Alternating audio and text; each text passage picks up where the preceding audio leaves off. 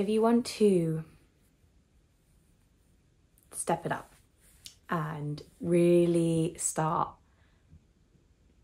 moving past your separated identity and the belief in separation, the fastest way you can do it, and I know it's said a lot, but I think it wasn't something I really fully understood until just recently, but the fastest way to do it is through self-inquiry.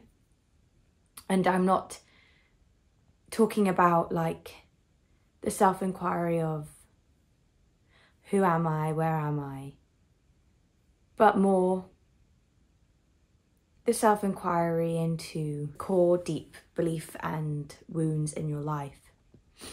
And the way to recognize them is to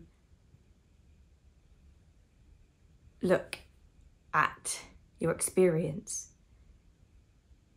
and look at the things that aren't exactly going well, maybe. Let's say it's friendships and you really want more friends, or you want a friendship, a deep best friend, or whatever it is, and that's not showing up in your life. It's to inquire into what is the underlying belief here. Is it that you don't feel like you're worthy, you don't feel like you're deserving, whatever it is, and to inquire into that, like, is it true that you're unworthy of a true deep friendship? Is it true that you're not deserving of a true deep friendship? And to use this as a sort of meditation exercise, sit yourself down when you would go to meditate, and instead of just trying to find I am presence, start inquiring into the things that are keeping you separate, because it's only a separate identity that perceives themselves to be unworthy. Why is your collection of cells any more unworthy than another collection of cells? It doesn't make sense. The only reason you would think they were unworthy is because you perceived or believed or thought it to be so. And perhaps during that meditative process, as you inquire into this, memories will come up from the past, and just sit in them and allow them to be there, and just be aware of all the feelings and sensations that come up. If you want to cry, cry. If you want to shout, shout. There's nothing good or bad in any of those things. Again, if you start to think it's bad to be angry, that's not very spiritual of me, then that is just your spiritual ego and identity coming in to keep you separate. You've got to feel these feelings. It's just like that children's book. You can't go over it, you can't go under it, you've got to go through it. And that is honestly the quickest way. And as you start to see through some of these deep beliefs, like I'm unworthy, and that was the realization I had in one of these meditative experiences. Why is this, have I perceived that this collection of cells is any more unworthy than that collection of cells over there? You know, we're all just things which have no meaning. And yet we've put all of this meaning on ourselves through thoughts and beliefs. And none of that's true. That, you know, thoughts and beliefs aren't true. And as you start to push through them, sometimes some of them, as they begin, maybe it will be hard and it will be difficult, and maybe there'll be a lot of tears and sadness. But as you start to see that there is no self through this process, that there was nothing here to begin with, you'll find it quicker and quicker to break through these beliefs, I guess. And you're not breaking through them to having mind rational thoughts, but you're breaking through them until there is this sense that, like, this shift, and that you could bring that situation back into the mind and there is no reaction to it at all. And if there is a reaction to it, note that and do the whole process again And note any resistance to doing the processes and any resistance or thoughts that are like, oh, but we've done this before, we don't need to do it again, because that's, again, it's just ego like trying to come in and keep you separate and alone. And then as you progress, the inquiry shouldn't just be limited to sitting on a pillow when you're meditating, but it should be in every moment of every day. The minute there's a feeling or sensation that this isn't quite right, question it, inquire into it, see into it, feel it, allow it, stop judging it. I think one of the most liberating moments for me was when I was feeling really angry at myself that there was this desire I had. And this desire has come up and back and up and back and up and back. And my mind has deemed this desire as undesirable and it's not going to happen. And it makes me sad and it makes me feel like a failure when this desire comes up.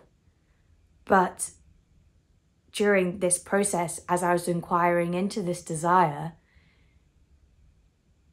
I came to realize like it's completely okay that that's there.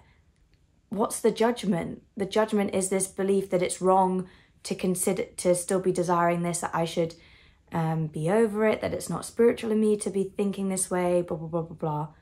But like, the desire is there. Great. Doesn't mean I have to act on it or do anything or try and achieve it, but instead just to recognize that it's there, to stop judging it, to stop deeming it unworthy and resisting it and pushing it down, but go, wow, okay, this is my desire.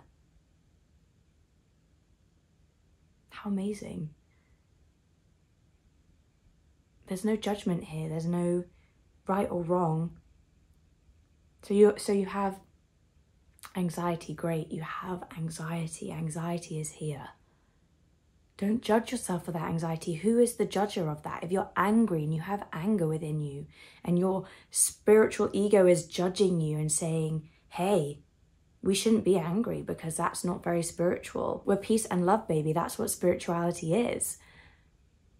That's just nonsense, because everything that's arising within your experience is everything. So if you're angry, you've got to feel into that anger and let it go in that way, not rationalize it, because by doing that, you're just suppressing it and you're keeping it down, and it's reinforcing that I'm this separate thing that's feeling all these feelings.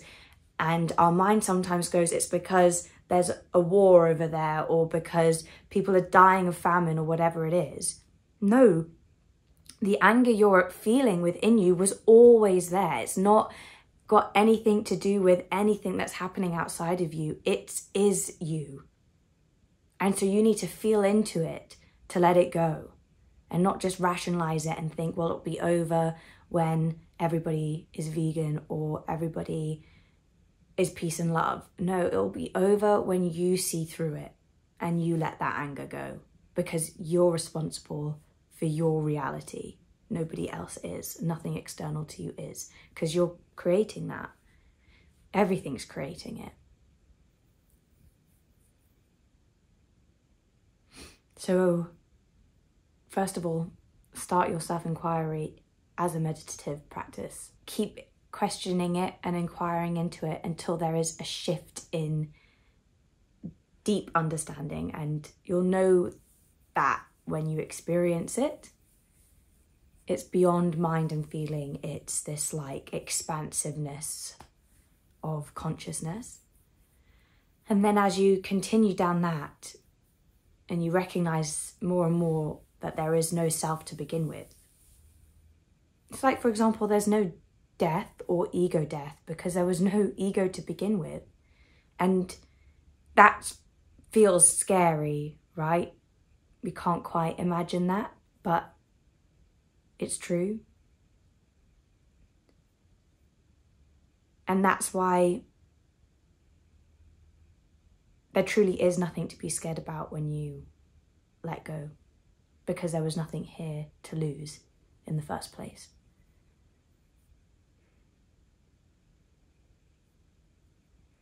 And then bring your self-inquiry to everyday life, constantly, consistently. And if you don't feel there yet, that's fine. Just consistently throughout the day, remind yourself of the truth, even if to begin with it is the mind.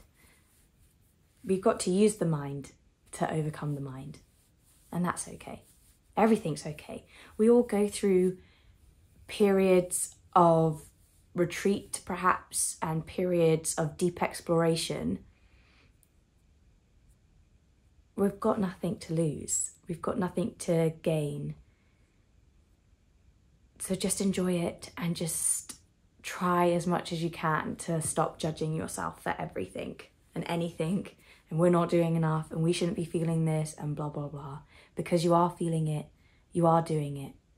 So just embrace it and accept it and see what freedom comes from that.